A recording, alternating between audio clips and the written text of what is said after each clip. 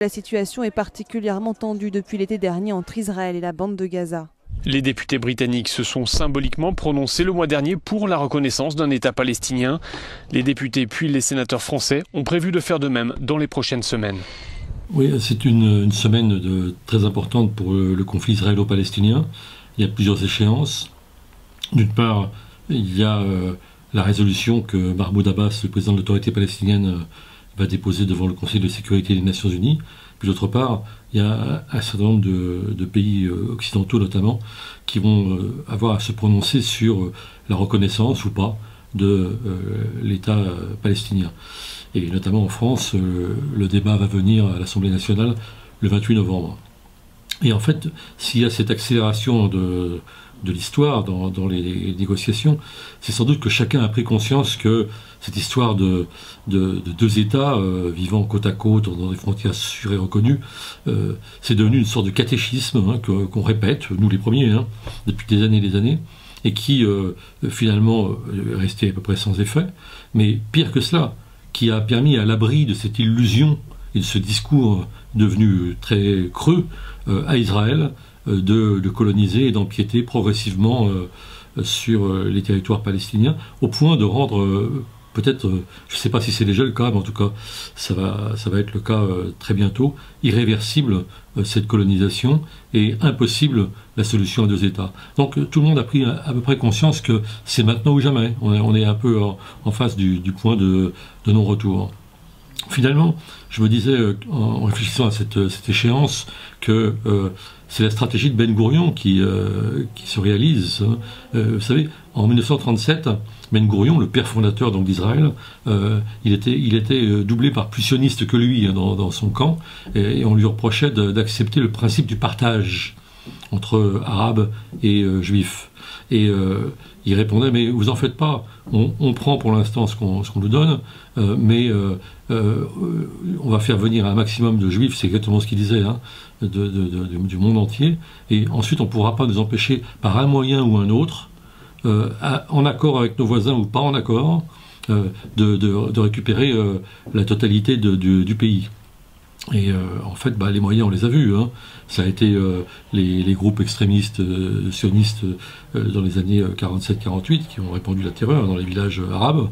Et puis ensuite, ça a été une colonisation administrative, progressive, presque silencieuse, etc., qui a empiété. Et, hormis la période de Rabin, 93, 94, 95, la période d'Oslo, le début d'Oslo, où il y a eu très très peu de colonisation, mais la colonisation est redevenue très intensive aujourd'hui. Et je dirais que ce qui est assez paradoxal finalement, et c'est un mal pour un bien, c'est que ce gouvernement extrémiste, d'extrême droite, dominé par les colons, le gouvernement israélien, il fait au vu et au su de tout le monde, et avec une sorte de défi et d'arrogance, ce que ses prédécesseurs faisaient dans la discrétion. Et ça oblige tout le monde à voir les choses telles qu'elles sont, et ça empêche notamment les grandes capitales, comme on dit, à faire mine de ne pas voir ou de ne pas savoir. Donc chacun en face de ses responsabilités, et probablement que si la résolution ne passe pas, et il y a peu de chances qu'elle passe parce que les États-Unis ont fait savoir comme d'habitude qu'ils opposeraient leur veto, et s'il n'y a pas assez de pays qui reconnaissent l'État de Palestine pour faire vraiment exercer une pression très forte sur Israël, eh bien on passe dans autre chose qui est l'inconnu, et qui est en tout cas la mort de la solution à deux États,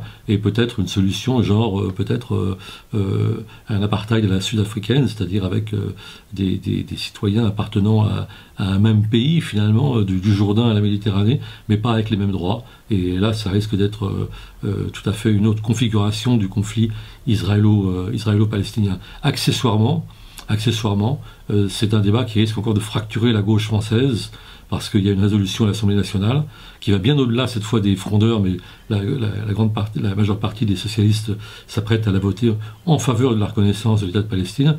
Et je ne suis pas sûr du tout que notre gouvernement, dit socialiste lui aussi, soit sur cette même orientation, avec des gens comme Manuel Valls et François Hollande, dont on connaît le tropisme plutôt pro-israélien. Voilà. Donc par ailleurs, on a un sujet cette semaine qui tourne autour du droit de vote des étrangers. Il y a un sondage, et ce sondage, il révèle que les jeunes, en particulier, sont toujours très favorables au droit de vote des étrangers comme un facteur d'intégration.